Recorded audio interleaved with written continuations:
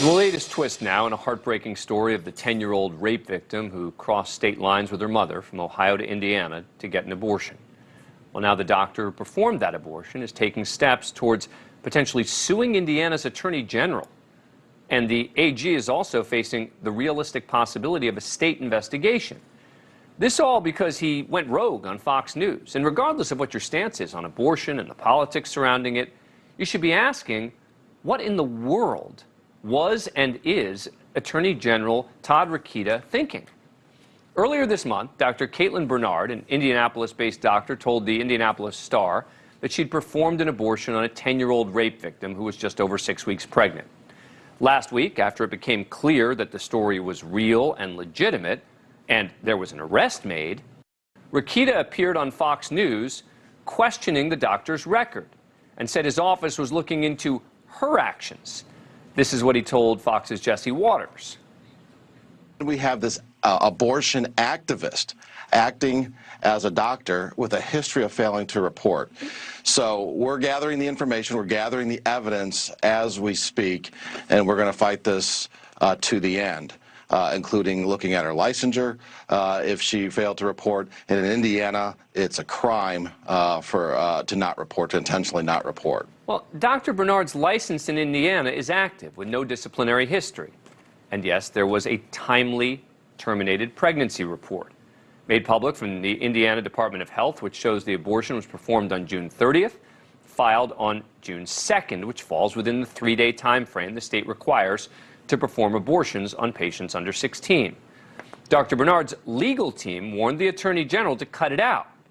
Now, her attorney telling MSNBC this. We sent Mr. Rokita a cease and desist letter demanding that he stop smearing my client and falsely accusing her of things that she hasn't done. Nevertheless, Rokita appears to be persisting.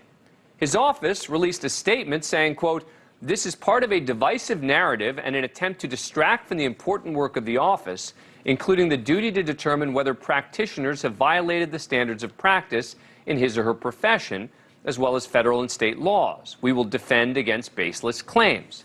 But you can investigate without going on TV and making comments which suggest you know something that you don't.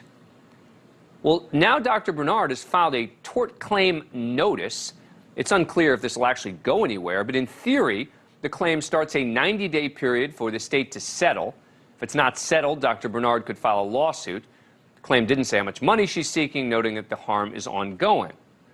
And the Indiana AG, Rokita, could be facing more trouble as well. A former dean of Indiana University's law school filed a complaint with the state's Supreme Court Disciplinary Commission, accusing him of recklessly making claims that weren't backed up by fact.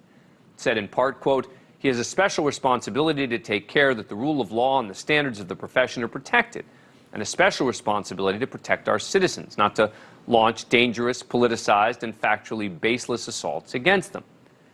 So look, I get the Indiana AG wanted to make a name for himself nationally by spouting off on Fox News on a hot-button topic. But was it really worth it? Joining me now is Jody Madeira, a professor of law at Indiana University's Maurer School of Law. Professor, thanks very much for coming on the program. Appreciate it. So talk to us about Dr. Bernard's legal move here. I mean, is this really the precursor to a civil lawsuit, or is this just a way to say, hey, you better shut up?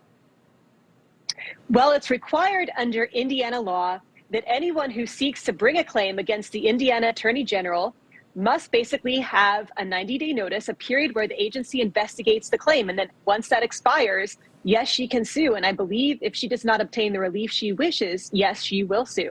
And who decides here if the state settles, right? It sounds like if it was up to the AG's position would be, why would we settle? We don't owe her anything. We didn't do anything wrong. So who makes that decision ultimately? The Attorney General's office would actually in this case. So they're not settling, right? I mean, we can pretend like, oh, they're going to discuss whether they're going to settle and there's a 90-day period. They're not settling this, right? I don't believe so. I think it's going to be pedal to the metal for him to find something in Bernard's file with which to indict her. So, wait, say that again. So you think that they're going to now dig into her file and try and find some violation in the past? Because remember, and you know this, that he referred to repeated problems, right? So a single violation still wouldn't justify what he said. No, and I do believe that his reason for continuing the investigation is to find something. But as far as I know, all media sources have said that her record is clean, that his claims were entirely baseless. What do you make about the complaint to the state's Supreme Court Disciplinary Commission? Can anything come from that? Well, again, as a representative of the laws, lawfulness of Indiana, I guess, the Attorney General, if any attorney must within the state, he must refrain from making these extrajudicial comments that could be condemnatory, false statements, dishonest, but particularly deceitful. He has a duty not to use the power of his office for political purposes. And it's well known that Attorney General Rokita will likely run for governor. And so it seems like he was using his appearance on Fox News to politic. And this is egregious. Well, again, he says we're going to keep fighting, right? And I was thinking to myself, as he used the word fighting, what is he fighting for with the doctor for? I mean, again, you want to talk about the perp here. You want to even talk about the fact that he was in the country illegally. These are all legitimate discussions, as far as I'm concerned, to have.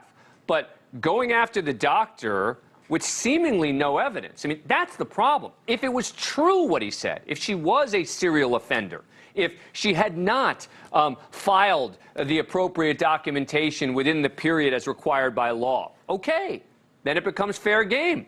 But as I always say on the show, facts matter. And it does lead you to the question of where is he getting these facts from? Well, he also referred to Dr. Bernard as an abortion activist, not even as a physician.